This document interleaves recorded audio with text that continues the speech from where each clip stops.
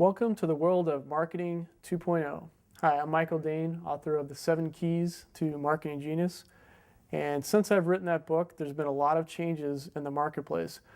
Most of these have taken place in the world of technology and the internet. So I want to go through a few of those today so you can really see how to take these 7 principles of marketing genius, which still apply, but then use them in the particular context of the new world, new media, and marketing 2.0. Now, going back to those keys, keys 6 and 7 are very important, which was to adjust to gain feedback and adjust to changes. Now, these are huge in the world of marketing 2.0 because a lot of the technology is centered around the internet and gaining information from your users and really adjusting to the kind of changes that they're asking for. A few of the things that are happening today, particularly on the internet, are things like social networks and that are happening on the internet. And these are things like MySpace, which has over 70 million users. And it's a place where people can come together and connect using internet technology. There's also social media. Social media is a place where people are taking their own content or media and they're gathering it together. A good example of this is a site called Flickr, where people can upload their photos and share them with other people. Something else that's happening on what I call Web 2.0 is Ware, where you're actually using, going to an internet site and using a form of software on their website to do something with your computer. There's a program called Zoho Writer, where you actually can go on and write a Word document. And the nice thing about it is other people can go on with their computers and you can share editing on a particular document. Another thing that's happening on the internet are things called aggregators. Aggregators take all these disparate pieces of the internet and information and put them all together in one place. A good example of this is my Yahoo page, which you can get sports scores or weather reports and things like that. It puts them all together on one page for you so you don't have to surf all over the internet trying to find the information that you're looking for. Another Web 2.0 application is called a MashUp. A MashUp is something that is taking current technology and kind of adding something to it. An example of this is Plazes, Plazes.com, where they will take a Google map but add what you're looking for on it. So if you're looking for like a restaurant or a place to shop or something like that, they will have that technology and will actually put it on that map. That's called a mashup. Then of course, internet TV, which has become very popular with websites like YouTube and Google Video. So those are some of the things that are happening, particularly on the web and marketing 2.0. But there's some more significant things that are happening. One of those is that nobody cares about you or your product. And I'm saying that for your own good. It's something you need to be aware of. Nobody really cares about you. Not that they ever really did before, but in some ways they really didn't have any choice but to listen to you. So I've been trained to write these really professional looking corporate pieces, brochures, and websites with an about page and really talking all about the company, the organization. But today people, not that they ever did care, but they care even less now than they ever did. And they have a lot of other alternative places they can go, so they don't really have to listen to you. So when you're talking and when you're writing on the internet, it's better to talk about the person that's visiting you rather than yourself. So, for example, when people look for things, they're typically looking for answers. They type into a search engine like Google, they're typing in a question because they have some kind of problem and they're looking for an answer. So use a lot of you messages when you're talking to them about how you can solve their problem rather than me talking about me. The big thing about the internet and what it's done is caused something called disintermediation. That means we've gone directly from manufacturers straight to consumers because with the technology we have the ability to communicate directly with people that are creating the things, that they can go direct to the consumers so they don't really need a middleman like they used to on a lot of different products. A company like Ingram Micro that distributes computers, now the manufacturer like Dell can go straight to consumers rather than going through a middleman like Ingram Micro. Something else that's occurred or has been enhanced by the internet is an economic phenomenon called the long tail. Now, a long tail looks like this. It's a chart.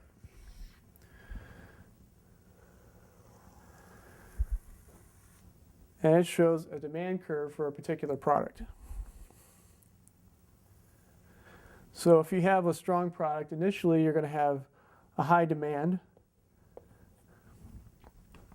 but the decreased demand could actually go on long enough where you can make more sales in here than you did originally when it was first came out and very popular. So what this means is you don't need as many big hit products like you did in the past to make money. Let me give you another example of this. Let's say a retailer like Walmart is going to sell a DVD of a big hit movie that just came out. Now, typically a cost of a movie like that might be $20 for Walmart to carry, but they're going to sell it in their store for around $18. So they're actually going to lose money selling that product in their store, because when you come into the Walmart store, you're going to buy other products or maybe even other movies. But on the internet, that's not necessary, because you don't have a limited amount of shelf space. So you can actually sell more products, and you can vary what is available to people to buy, because you don't have to have a physical location to keep it all. Because if all of your DVDs are selling for around $15, your hit movies are costing you $20, and your niche movies, which are less popular but people are still buying, cost you $10, that's where you're making your money. So if you're online, if you're a store like Amazon or something like that, you have the ability to offer more niche movies with a higher profit margin, and you can actually get a bigger market share and make more money based on the concept of the long tail. That's good for people like me with a book like Michael Daehn's 7 Keys to Marketing Genius, because in the past, a book like that really wouldn't have a chance on like a bookshelf or perhaps in Borders or something like that. But today with the internet, I can make it available to more people because I'm able to reach those niche markets. And even someone like Amazon, is profitable for them to carry my book for those few people that are aware of it or buy it because they're going to make more money on it. And they don't necessarily have to take up shelf space to carry it. In some ways, this is an example of diversions in the marketplace.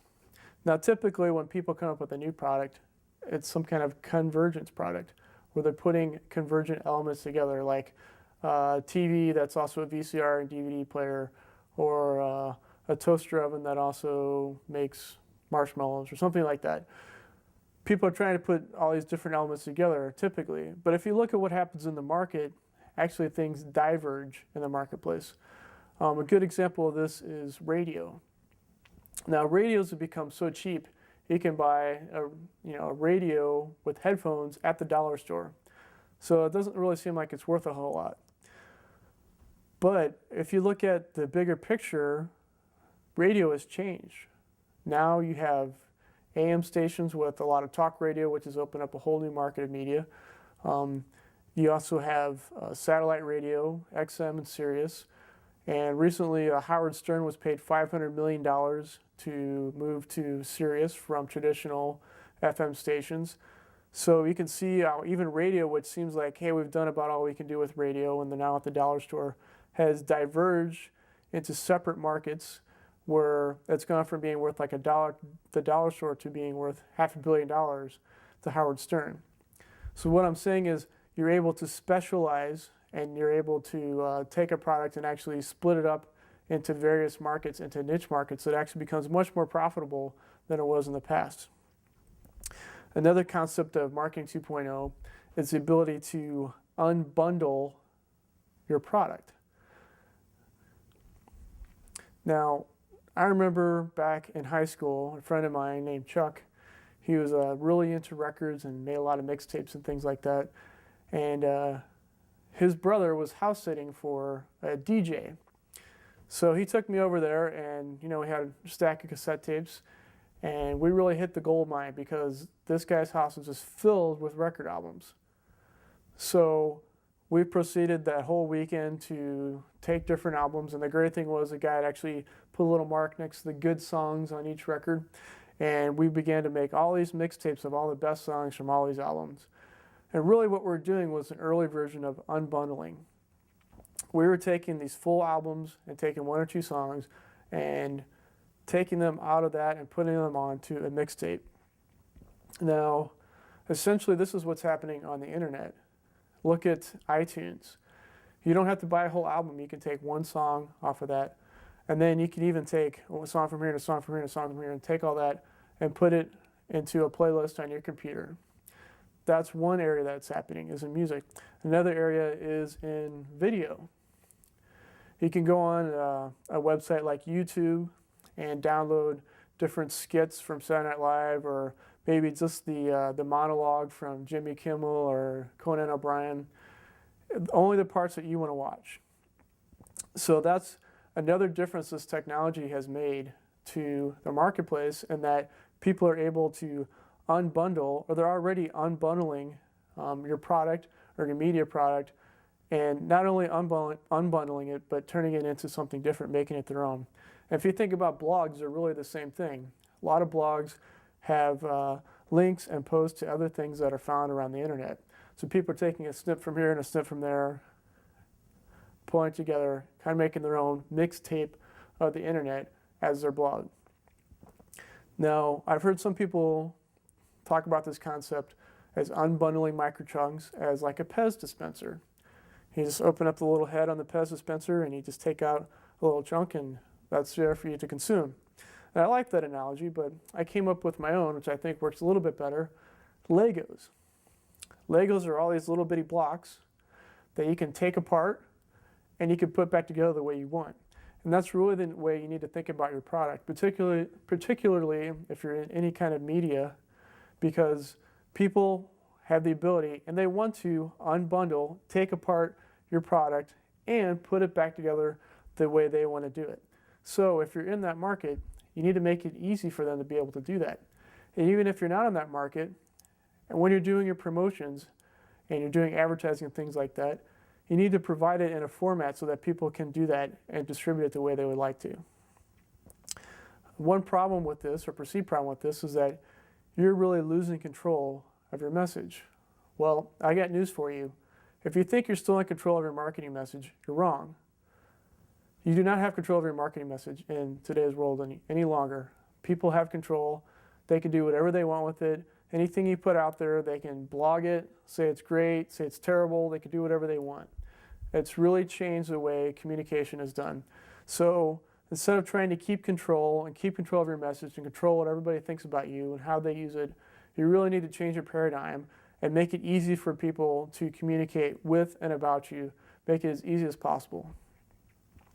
One example of this is a video called Lazy Sunday. It was a skit on Saturday Night Live. It was very funny, about a couple of the guys going to see the Chronicles of Narnia and doing it as a rap. And I saw it on Saturday Night Live. I went later and I saw it on YouTube. I thought it was really funny. So then I was over at my brother-in-law's house and I said, hey, I want to show him this video. So I went on a search looking for the video. I knew it was on YouTube and I knew it was on Google Video.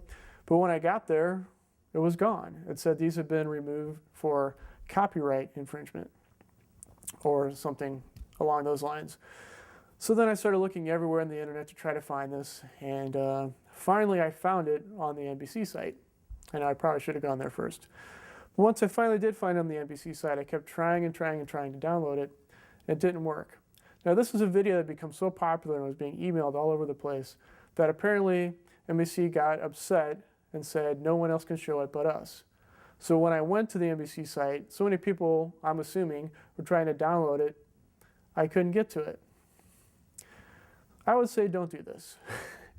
Because the impression I had of NBC after that was not a good one. I was very unhappy and upset, and I'd spent probably an hour trying to get this video to show to my brother-in-law to say, hey, look at this cool sketch on Saturday Night Live, really promote the brand value of Saturday Night Live, maybe even watch it, get him to watch it. But after this, I'm going, man, this sucks. NBC sucks. Why did they do this? Why are they so greedy? Why do they have to try to control this? Now, if that sounds a little extreme, that's what your customers are thinking about you. And if you think you can still control these messages or how they're broadcast or how they're used, you're wrong. The best thing you can do is to put it out there and let your audience control it and use it to your advantage. Use it to continue to be a good promotion for you rather than having it be something negative because you're really trying to control it. Now, another aspect of Marketing 2.0 and even the web is just the social aspect and really having user-generated content. That's part of why MySpace is so popular. It's because it's all the users are generating the content and they're talking to each other. If you look at how MySpace is set up, I personally don't like it. I think the navigation is terrible. It's kind of ugly. It's not the easiest thing to use. But why it's so valuable is that so many people are already using it. And the people that created it, there's not really a whole lot there other than they provided a platform for people to be able to communicate with each other. So that's something to bear in mind too, particularly if you're working in the internet and creating something that your users can communicate and add their own content, and they are actually adding value to your product when they do that. When I created CMP University, Certified Marketing Professional University, that's one of the things I tried to incorporate into it, a lot of discussions so that the participants are actually interacting with each other. And they have a lot in common, and they're all taking the course together, and they're actually learning from each other, and their posts stay on the site. So there's good content on the site that they can learn from each other and add to each other. It's good for them, and it's also good for me because CMP University then becomes something more valuable based on what people have added to it. Now let's talk about blogs for a second.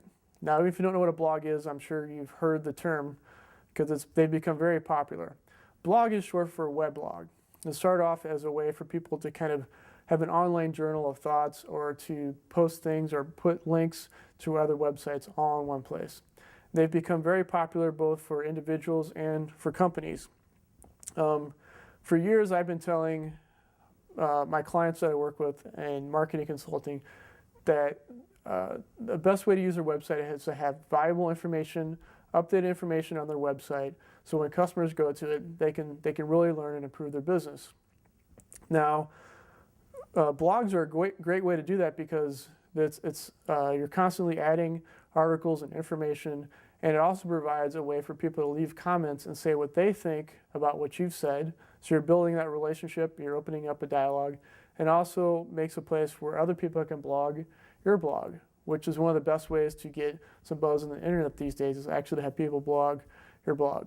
When I say blog your blog, that means they're actually linking to your blog on their blog. Now, blogs have become very popular, and I do recommend a blog for a website to a lot of my customers. But something to bear in mind is, if you're going to do a blog, have something to say. Some people will set it up and they don't really have anything to say, and it's really a wasted space. Blogs work great if you're actually going to update the content and use them correctly. In some ways, it's almost like a newspaper editorial page. So if there's not any updated content there, you might as well just go with a regular static website that's never going to change. Now, another advantage to blogs is that you can do what's called an RSS feed, which stands for Really Simple Syndication. Now, what this means is if you have an aggregator like a My Yahoo page or something like that, where you can pick what kind of articles you want to have on there, all that information comes from what's called an RSS feed. Now, today, if you create your own blog, you can actually create an RSS feed that goes with it.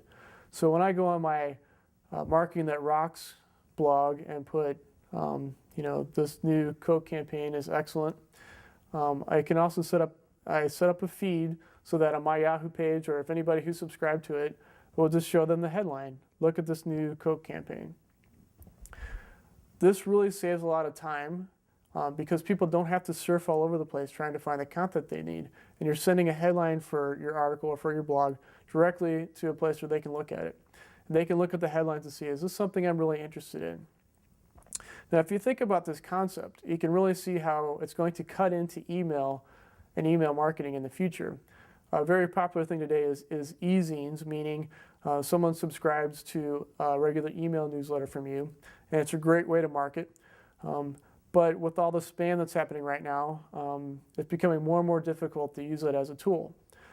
Now, the way an RSS feed works is very similar in that they would subscribe to a feed. So whenever you're adding new content to your site, it would just have the headline and give them an alert. they're not getting anything in their inbox, they're not getting spammed, and if they see something that looks interesting to them, they can click on it. So you can really see how in the future RSS feeds are where people are going to be going. However, email is going to be around for quite a while. Email became popular about 10 years ago, and my mom is just now starting to use it. So even though our RSS feeds are more efficient and likely is going to be the place where people go, email and e-zines are a great tool to use in the current market. If you're using something like email and e-zine, it is a good idea to use a service like Constant Contact or Aweber or something like that. Because of all the anti-spam laws, it's going to be very difficult for you to send an email from your own personal email account if you are an entrepreneur or you're trying to send mass email from Outlook or something like that. Chances are it's not going to get through, or you're going to be labeled as spam, which is even worse, and they can actually block your email server, which means you're not going to be able to send an email to anybody, even your grandma. So you need to be very careful with that, and those laws are becoming stricter and stricter. So if you're going to be doing professional emails or e-zines, it makes a lot of sense to use a professional service. You can get a free 60-day trial of Constant Contact at maxmymail.com, M-A-X-M-Y-M-A-I-L, maxmymail.com. Another change that has occurred with the Marketing 2.0 is the ability to write your own book. There's services like lulu.com where you can write a book in Word format and actually upload it and do print on demand, and they'll actually send you a printed book, which I think is a pretty good idea. That's actually how I wrote the 7 Keys to Marketing Genius. So I was able to create my own book. Now in the past, it would have been much more difficult. First, I would have had to see if a bookstore would carry something like that. I'd have to convince a publisher to publish it. If I did publish it myself, I would have to make hundreds or thousands of copies. It's a huge capital investment. Now with things like lulu.com, you can upload it. You can buy just one book. You can just make a couple for your relatives, or you can turn it into a viable business like I'm doing. And this is a big change in the marketplace. For this reason, and because it's so much easier to actually do this, a lot more people are writing books, which in some ways is good, especially for people like me. So you can have some really good content out there, but you also have some poor content because anybody can write a book. But in the long run, it makes sense that people that are really writing good content and good books are going to be able to write them, and they will do well in the marketplace and in their markets, regardless of what publishers and bookstores think. And books that are bad and somebody just upload it because they could aren't necessarily going to sell. I do recommend this as a possible marketing tool for people, though. I can honestly say that writing the 7 Keys to Marketing Genius has been a big help and a big boost for my business and my marketing consulting. And a lot of people have some specialized knowledge or information, and it's a way to put it all in a book form. It's a great thing that you can give to clients. It's a great way to establish yourself as an authority. And it's also a sense of accomplishment to be able to write a book. It's not for everybody, but I think if you have that ability, if you have some specialized knowledge, it really is a great tool, and it's a great way to build relationships with your customers. So one of the things I say about Marketing 2.0 is, in some ways, it's the end of the cold call. I've never been a big fan of cold calling anyway, but it's a really different approach to how you interact with your customers. It's a sense of being helpful all the time. Cold call is interruption marketing. You interrupt people, or you give them a phone call, and hopefully they're in the market for your product at that time. This is a different approach. This is something where you're constantly giving information. You're being helpful with people. You're building relationships with them before the sale. You're being a resource for them. Then when it comes time for them to purchase something, they already know who you are, and you've already been there for them, and you've already established that relationship with them. Another cool tool is a wiki. A wiki is a collaborative place where lots of people can add information, and the wikipedia.com is a great place to see what I'm talking about there, where anybody can really go on and edit the information that's on this website. And as a marketing tool, I've gone on and added some marketing information and put my marketing book as a resource. A couple other things, Marketing 2.0 is things like photo sharing, video sharing. You can create your own TV station. You can do video logging, vlogging, which is like a blog, but you actually put video on there. I've done that just with my PDA. I'll just take little short videos and put that on my blog. The key thing though is to have authenticity, because that's what people are looking for. And it makes sense when we talk about building relationships and personalities, and when people are looking for real people on the internet and in these blogs, they want a real voice. So if you're trying to be corporate or have a corporate voice or be overly professional, it's really going to be a turnoff in today's marketing 2.0. So a couple of things you need to remember is to have good tags, keywords, and things like that built into your site so people can find you. And I would kind of wrap this up by saying it's marketing 2.0, but it's really not new. There's some guys a few years ago wrote the Clue Train Manifesto.